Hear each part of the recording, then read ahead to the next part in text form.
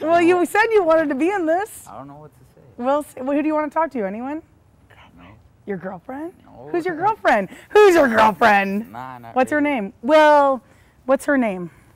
Alexa. Alexa. Yep. Hi, Alexa. He's my boyfriend now. What's your girlfriend's name? I don't have a girlfriend. Oh, well, it'd be better if you did.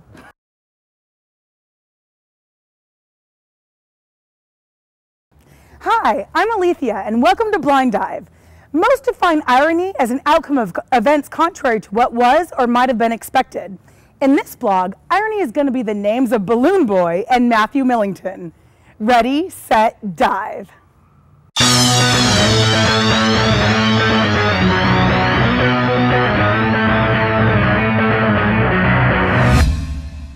If you watch the news at all, then you know all about the Heene family, a boy named Falcon and a UFO-shaped balloon. Add in the details that the boy stows away in this balloon, and the balloon is then released while he's inside it, and you have front page news. To their surprise, the boy was not in the flying hot air balloon, but hiding in the attic over the garage of his family's home. Falcon Heene was hiding in a box, taking a nap, and playing with his toys, while the whole world watched his daddy's balloon become famous and his daddy become infamous. Of course, after such a public ordeal, there had to be family interviews on the news. We had believed 100% that he was on board. And Falcon was really in the garage this whole time. I don't know if Falcon can hear me, but was he, because I know at some point he fell asleep in that garage, but he was hiding out because he thought you were going to punish him for something that happened earlier in the day. Did he hear anything? Did he hear you screaming out, Falcon, Falcon?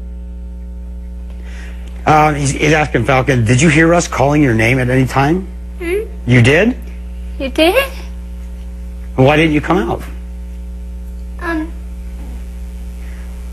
You guys said that we did this for the show. Yeah.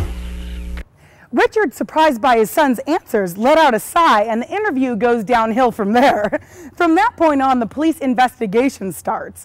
The word hoax in the headline of every newspaper. The rumors are that the mother and father could be charged with filing a false report, attempting to influence a public officer, and contributing to the delinquency of a minor. As it should be. The Heenes were first introduced to the media spotlight when they appeared on the popular reality show called Wife Swap in 2007, and again in 2009 on the 100th episode, in which Mayumi was switched over for Cher Silver, who made her living as a psychic.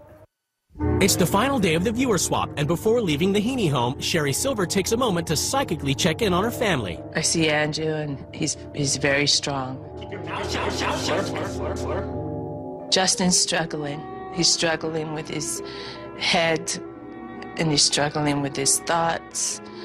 Sam was fabulous. I can't wait to be in his arms.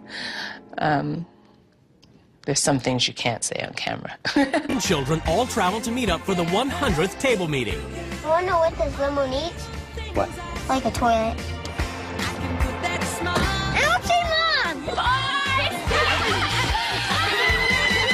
You can also YouTube him when searching for science detectives.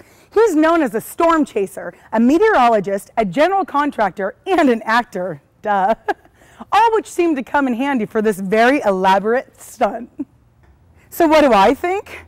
I think that for starters, the man shouldn't have taken a video of himself releasing the balloon while yelling obscenities at his wife.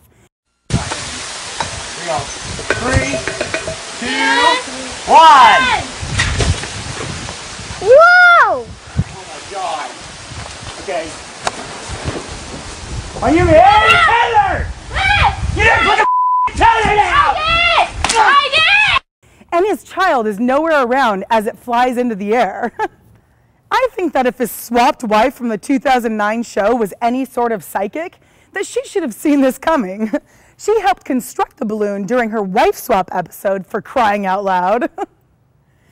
I think that when a child throws up on national television during an interview, that said interview should be over and the child should be taken care of accordingly, instead of letting the interview continue between the father and the reporter. Duh.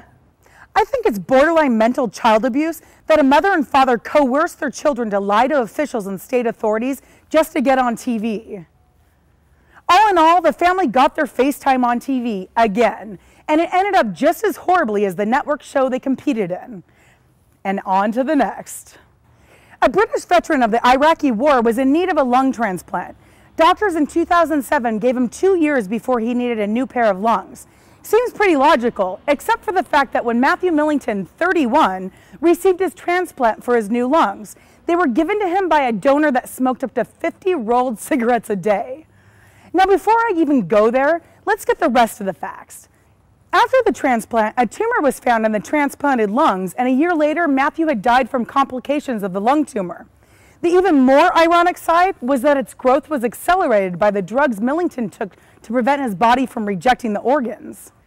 Pepworth Hospital released a statement saying using donor lungs from smokers was not unusual. The statement added that the hospital had no option but to use lungs from smokers, as the number of lung transplants carried out would have been significantly lower if they didn't. Right, if you don't use smokers' lungs, the number of transplants go down. Okay, I get that part. But if you don't use smokers' lungs, people won't die from a tumorous lung a year down the line either. Duh. Let's look at this from a non-smoker's point of view. You go through a lifetime of avoiding this cancer, heart disease, emphysema-causing habit to have your own lungs fail on you at the age of 28 after being diagnosed with an incurable condition that leaves you without the ability to breathe. Then you wait on the transplant list, and by great surprise, they found you a match and you get a shiny new set of breathing apparatuses. You go through this agonizing surgery with pills that are so harsh on your body that it's a wonder they don't kill you off, just to receive the lungs of someone who disregarded their lungs entirely, and in turn you die of cancer. Yep, that about sums it up. The hospital responds with saying, during the same period, 84 people died on the waiting list. Well, how many died after receiving body organs from non-healthy people? I think that's the better question. North Staffordshire coroner Ian Smith recorded that Millington had died of complications of transplant surgery and immunosuppressive drug treatment. So if the surgery hadn't killed him, his new lungs would have. Irony has a brand new example. So there are really ridiculous stories for today, and thank you for watching. Follow me on Alethea BD at Twitter. And this has been Blind Dive. Take a dive, trust me, I'll kill you if you don't. I forget what my ending is.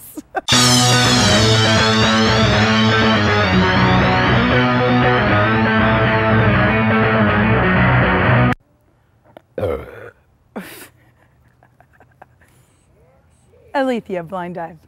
Check me out on Twitter. I tweet, Alethea BD. YouTube me. Not the stripper. Alethea Taurus. Yeah. And we're not giving that Alethea any credit.